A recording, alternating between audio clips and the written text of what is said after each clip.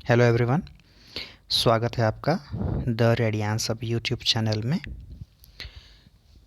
जैसा कि आजकल फोकस हमारा टीजीटी पीजीटी इंग्लिश पर थोड़ा ज़्यादा है, उसमें एक टॉपिक आता है फॉर्म्स ऑफ लिटरेचर, यानी लिटरेचर के फॉर्म। कई सारे जो रूप होते हैं, तो ऐसे तो कुछ गिनती ही नहीं है कि फॉर्म्स में किन किन चीज़ों की हम बात कर सकते हैं। फॉर्म की अगर हम बात करते हैं तो उसमें जनरली हम बात करते हैं, एक प्रोज़ है, एक पोएम है, एक अलग से जो है वो उसे हम ड्रामा कह लेते हैं। पोएम में तमाम पोएम्स आ जाती हैं, पोएम के जितने भी अलग अलग जॉनरा हैं या जॉनर हैं, GENRE, इसको या तो जॉनरा पढ़ा जाता है या तो जार पढ़ा जाता है। ठीक है, जॉनर या जार, जॉनर या जेनर नहीं पढ़ा जाता। ठीक है, तो हिंदी में आप देखेंगे जॉनर करके लिखा होता है, उसको जॉनरा, जॉनरा या जार ऐसे बोलते हैं, विधा बोलते हैं। तो पोएम में तो आप बहुत सारी हैं, उसमें एपिक है, बैलेड है, ओड है, लिरिक्स हैं, लिरिक है, समटाइम्स अगर हम बात करें एलजी है, और भी कई सारे हैं। प्रोज़ में बात करें तो उसमें फ़िक्शन और नॉन फिक्शन दोनों आता है। फ़िक्शन जिसमें कुछ इमेजिनेशन का पुट होता है, ठीक है, काल्पनिक चीज़ें होती हैं। जो नॉन फिक्शन प्रोज़ होता है उसमें रियलिस्टिक राइटिंग होती है, उसमें बायोग्राफी, मेमोआ, ये सारी चीज़ें आती हैं, ऑटोबायोग्राफी। मेमोआ, MEMOIR, मेमोयर नहीं होता, मेमोआ होता है, संस्मरण बोलते हैं हिंदी में। ठीक है, उसके अलावा ड्रामा है। तो मैं आज कुछ ऐसे पॉइंट के बारे में बात करना चाह रहा हूँ कि जो ज़्यादातर नहीं सुने होंगे आप, या अगर आप रेगुलर एग्ज़ाम दे रहे हो कहीं टीजीटी पीजीटी का, तब हो सकता है इन टर्म्स से आप वाकिफ़ हों या ये टर्म्स आपके आंखों के सामने कभी आए हों।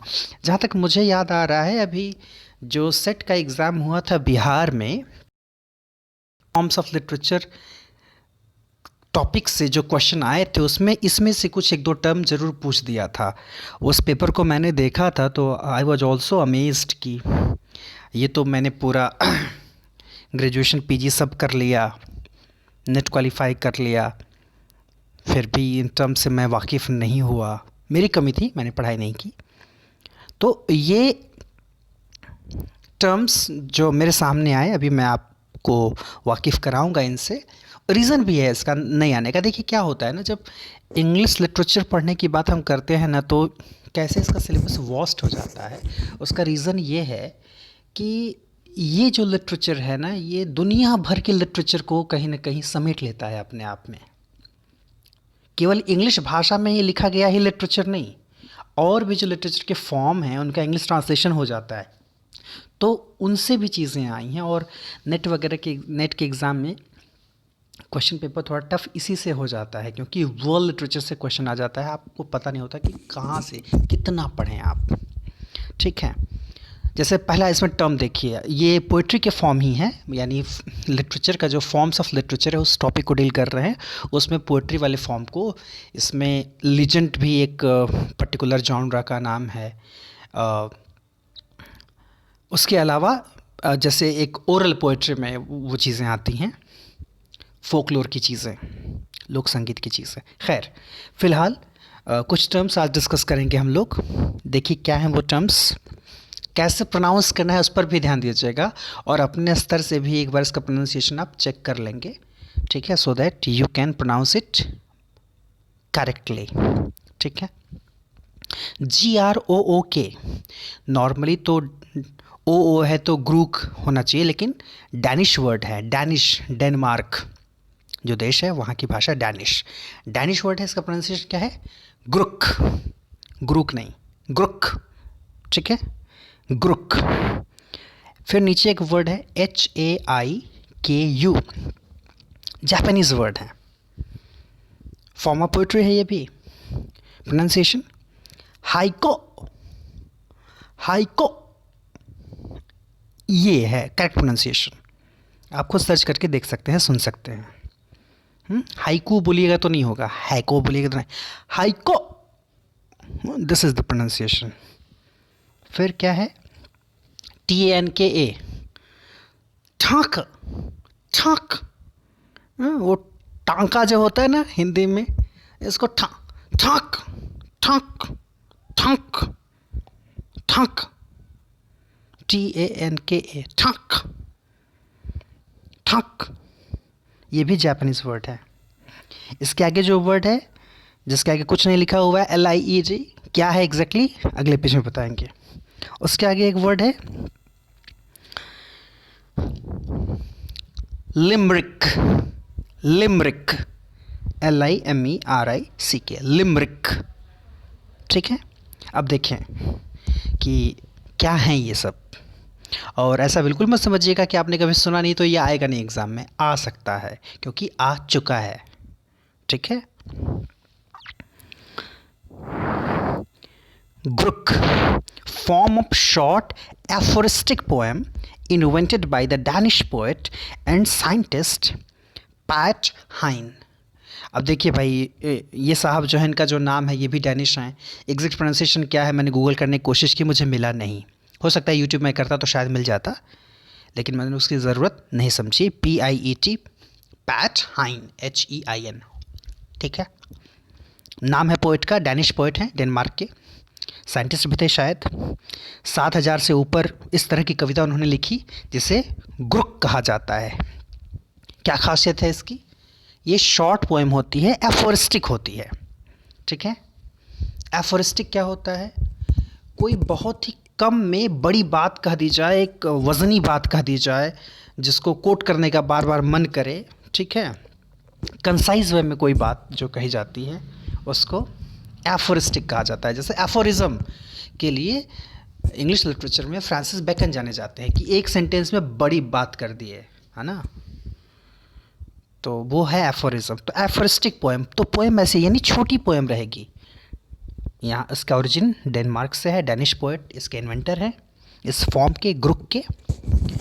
एफोरिस्टिक पोएम होती है, छोटी पोएम होती है, लेकिन उसमें काफ़ी बड़ी वज़नी बात होती है। क्लियर है? ठीक, आगे haiku, haiku, form of short Japanese poetry consisting of 3 lines. Japanese है, छोटी पोएम केवल 3 लाइन की।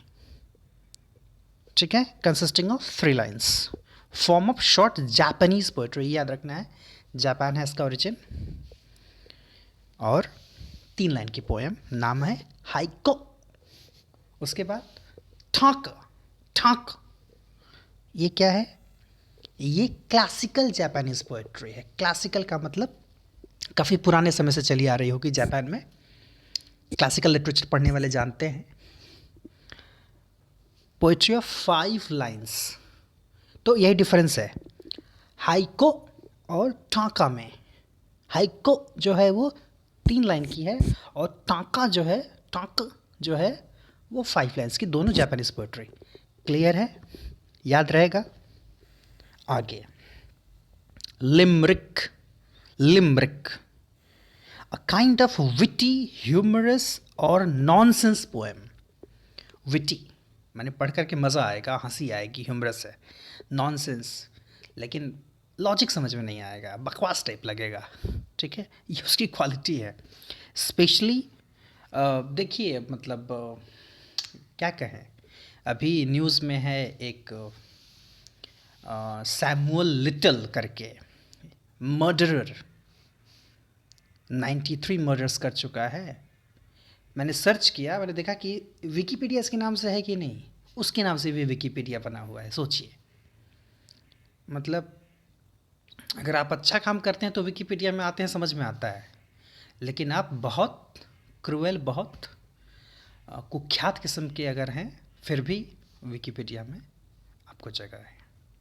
तो वैसे ये पोएम जो देखिए लिमरिक, बहुत अच्छी तो नहीं है, हाँ, नॉनसेंस टाइप की पोएम है, लेकिन पढ़ना है भाई, you have to read.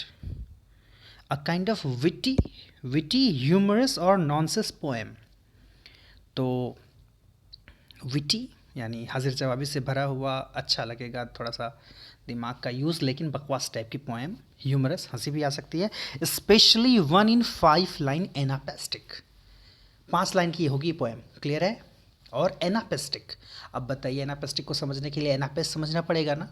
Anapaest क्या होता है, जब आप सिलेबल पढ़ेंगे, जब एक्सेंटेड अनएक्सेंटेड सिलेबल पढ़ेंगे तब न जानेंगे कि जो अनएक्सेंटेड सिलेबल के बाद एक्सेंटेड सिलेबल आता है उसको आयम्ब बोलते हैं, जो एक्सेंटेड के बाद अनएक्सेंटेड आता है उसको ट्रॉकी बोलते हैं, और जब दो लगातार अनस्ट्रेस्ड के बाद एक स्ट्रेस्ड आ जाएगा या दो अनएक्सेंटेड के बाद एक एक्सेंटेड आ जाएगा उसको एनापेस्ट बोलते हैं।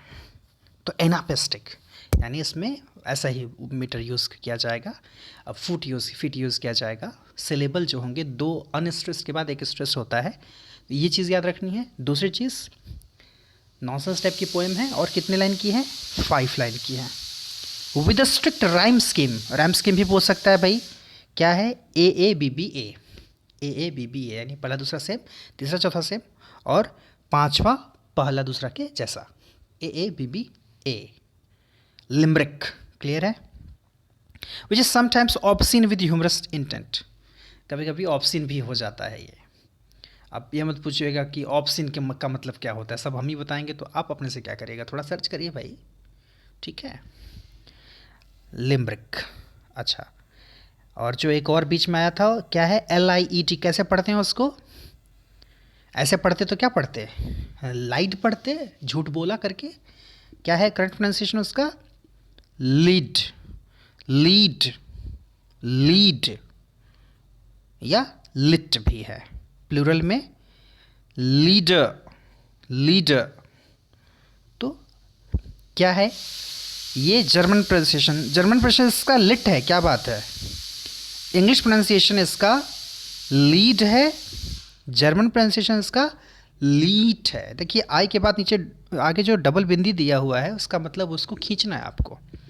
तो कई बार ऐसा होता है कि प्रोनाउंसिएशन लिखा भी होता है तो आप पढ़ नहीं पाते हो, उसके लिए थोड़ा सा फोनेटिक नॉलेज होनी ज़रूरी होती है, फोनेटिक्स की थोड़ी जानकारी होनी ज़रूरी होती है, IPA, international phonetic alphabet.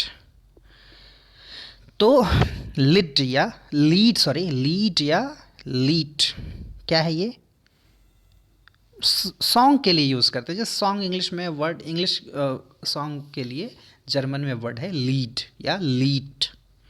Is a term in the German vernacular, vernacular का मतलब जो आम बोलचाल की भाषा है जर्मन में। क्या करता है ये काम, describe setting poetry to classical music to create a piece of polyphonic music, polyphonic music. तो सेटिंग पोएट्री यानी पोएट्री को कैसे सेट किया जाता है क्लासिकल म्यूजिक के लिए जिससे कि पॉलीफोनिक म्यूजिक क्रिएट हो जाए, तो वैसी पोएट्री जो है वो लीड कहलाती है, लीड कहलाती है। पॉलीफोनिक क्या होता है, पॉलीफोनिक का मतलब है पॉली मतलब बहुत ज़्यादा, फनिक मतलब साउंड, यानी कई तरह के साउंड एक साथ जो क्रिएट होते हैं। आई थिंक एक तरह से ऑर्केस्ट्रा टाइप, ठीक है, साउंड क्रिएट करने के लिए जर्मन वर्नाक्यूलर में लीड का यूज़ किया जाता है, क्लियर है। आई होप कि आज कुछ बिल्कुल ही डिफरेंट फॉर्म्स की जानकारी हुई होगी, और एग्ज़ाम में अगर आता है कभी TGT या PGT के, तो मुझे एक बार मन में थैंक यू ज़रूर बोल दीजिएगा, ठीक है। चलिए ओके, जोक्स अपार्ट, अच्छे से पढ़ाई करें आप लोग। नए साल की बहुत बहुत हार्दिक शुभकामनाएं आप सभी को, और जल्दी से नौकरी पाएं, आगे बढ़ें, नया साल आपके लिए मंगलमय हो। 2020 के सारे नेगेटिव चीज़ों को पीछे छोड़ दे और हमें ज़िंदगी में आगे ले जाए। इन्हीं शुभकामनाओं के साथ धन्यवाद।